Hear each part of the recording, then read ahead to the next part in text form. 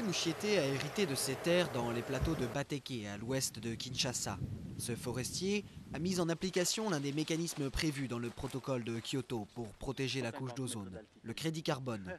Cette activité d'agroforesterie, elle présente cette particularité de nous permettre de stocker donc, du carbone dans nos arbres.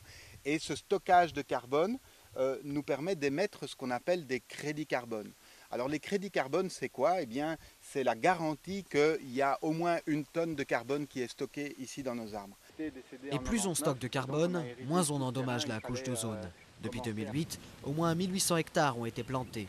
Olivier espère emmagasiner 2,4 millions de tonnes de crédit carbone pour la RDC d'ici 2017.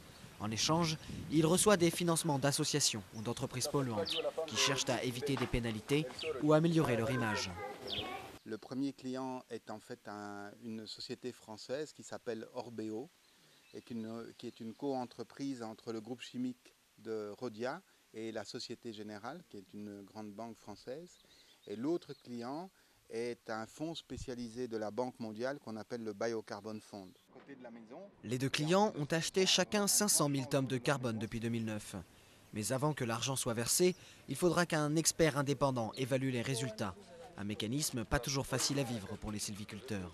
2 premières années, on a travaillé sans obstacles. Nous sommes parvenus à respecter les objectifs de 900 hectares par an. Mais là, nous avons un petit retard, le manque de financement pour pouvoir nous soutenir pendant la 3e année. Le projet prévoit aussi la plantation du manioc et la vente de charbon de bois.